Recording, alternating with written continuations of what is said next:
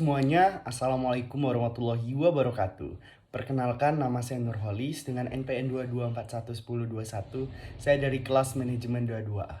Pada kesempatan kali ini saya akan presentasi hukum bisnis mengenai aspek pajak dalam kegiatan bisnis.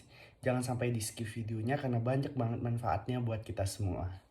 Pengertian pajak. Pajak adalah pengutang yang harus dibayar oleh individu atau perusahaan kepada pemerintah sebagai kontribusi untuk membiayakan kegiatan negara.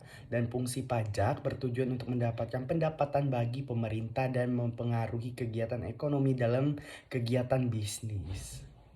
Nah, perlu kita ketahui juga ada 4 kegiatan pajak di dalam bisnis. Yang pertama, ada pajak penghasil, yang mana pajak penghasil yang dikenakan hasil individu atau dikenakan perusahaan. Yang kedua, pajak properti, di mana pajak yang dikenakan atas pemilik atau penggunaan properti. Yang ketiga, ada pajak pertambahan nilai atau PPN. Pajak yang dikenakan setiap penjualan barang atau jasa. Selanjutnya ada pajak barang mewah, di mana pajak yang dimiliki atas yang kita miliki nilai mewah.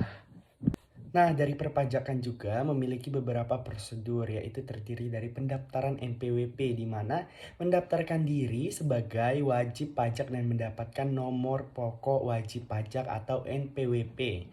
Selanjutnya adalah penghitung pajak, menentukan jumlah pajak yang harus dibayar berdasarkan perhitungan yang sesuai dengan ketentuan perpajakan.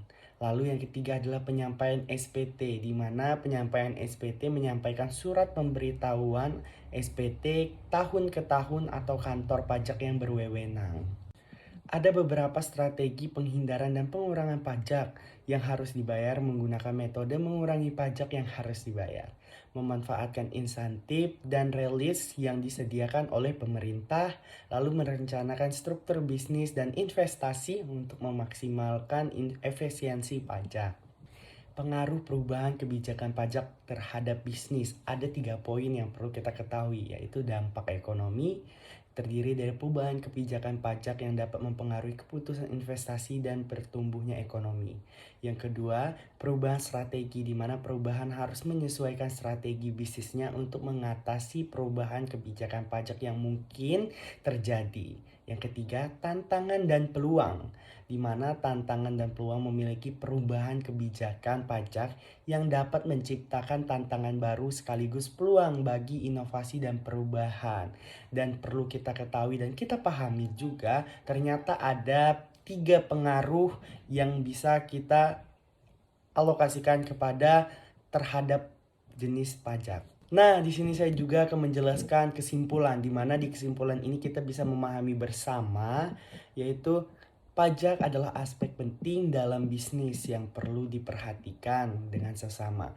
Dengan memahami tipe pajak, prosedur perpajakan, dan pentingnya kebutuhan pajak, perusahaan dapat mengelola resiko dan memaksimalkan manfaat dari aspek ini.